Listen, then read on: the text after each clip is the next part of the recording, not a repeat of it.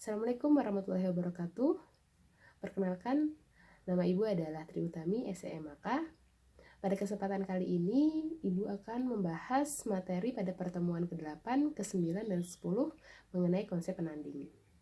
Semoga video yang Ibu sampaikan dapat disimak dan mampu memberikan pemahaman kepada rekan-rekan mahasiswa sekalian mengenai mata kuliah pengantar akuntansi 1.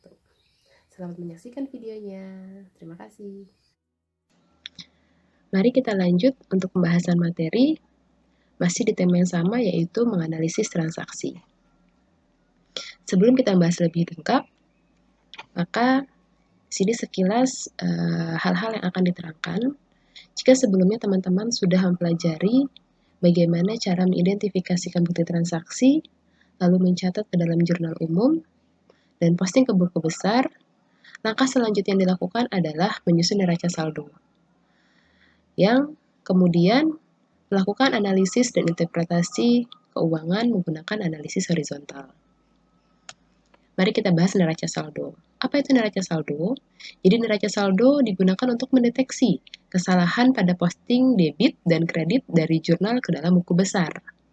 Di mana akuntansi dengan sistem jurnal berpasangan atau double entry mewajibkan adanya keseimbangan antara saldo debit dan saldo kredit.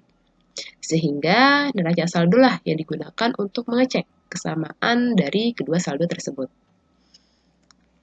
Nah, lalu bagaimana tahap penyiapan neraca saldo? Baik, perhatikan langkah-langkah sebagai berikut. Yang pertama, tulis nama perusahaan, kemudian diikuti dengan judul laporan neraca saldo dan tanggal penyiapan neraca saldo.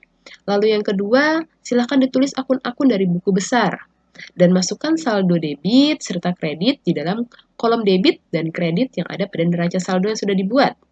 Langkah yang ketiga, jumlahkan kolom debit dan kolom kredit pada neraca saldo. Kemudian yang keempat, periksa jumlah kolom debit dan kolom kredit apakah keduanya sudah seimbang. Berikut tampilannya. Pada tahap yang pertama, di mana Anda menuliskan ya nama perusahaan, kemudian diberikan keterangan neraca saldo yang belum disesuaikan, serta periode. Langkah yang kedua, menuliskan akun-akun yang disalin dari buku besar. Lalu langkah yang ketiga dan keempat, di sini Anda masukkan mana saldo yang masuk ke dalam debit dan saldo yang masuk ke dalam kredit. Serta jumlahkan kedua saldo tersebut, yang dimana keduanya hasilnya harus sama. Dalam menyusun neraca saldo, terdapat beberapa kesalahan yang dapat mempengaruhi di mana saldo antara debit dan kredit tidak mengalami kesamaan. Ya, nah, perhatikan, pertama, jika terdapat selisih sebesar 10, 100, atau 1000 di antara total debit dan kredit, nah seringkali berasal dari kesalahan penjumlahan. Ya, silakan dihitung kembali. Lalu yang kedua, jika selisih dapat dibagi dua, nah kesalahan ini biasa terjadi karena debit diposting sebagai kredit atau sebaliknya. Yang ketiga, jika selisih dapat dibagi 9, telusuri kembali saldo akun ke buku besar untuk mengetahui kesalahan pemindahan saldo dari buku besar. Lalu, dua jenis kesalahan yang biasa ditemukan dikenal sebagai transposisi dan selip. Nah, transposisi terjadi saat urutan angka terbalik menjadi salah, seperti salah menulis, misal 542.000 ditulisnya 452.000 atau 524.000. Lanjut, jika kesalahan tidak habis dibagi 2 maupun 9, nah buku besar harus ditinjau kembali ya untuk menemukan jumlah buku besar yang sama dengan jumlah kesalahan yang belum dipindahkan ke neraca saldo. Jika kesalahan tidak ditemukan, nah ditinjau ulang lagi proses pencatatan jurnalnya untuk mengetahui kesalahan pemindah bukuan dari jurnal ke buku besar.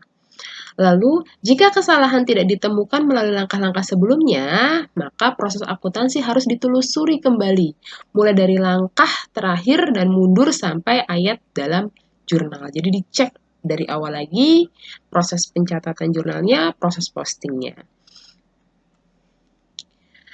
Ada kalanya suatu kesalahan tidak menyebabkan neraca saldo tidak seimbang, contohnya saldo kredit akun perlengkapan. Nah, biasanya dipersiapkan jurnal koreksi. Jadi, misal nominalnya betul, namun akun yang digunakan kurang tepat atau salah. Misal membeli perlengkapan, namun ditulisnya membeli peralatan. Nah, contoh seperti itu. Maka ini perlu disiapkan jurnal koreksi. Berikutnya adalah mengenai analisis dan interpretasi keuangan.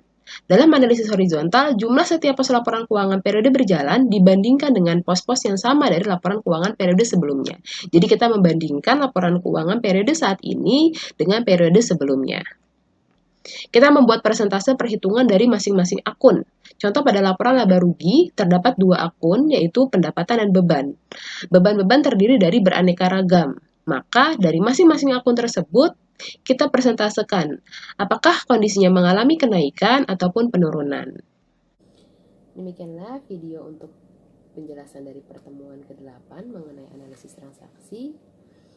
Silakan teman-teman simak dan semoga videonya bermanfaat dan dapat dengan mudah dipahami.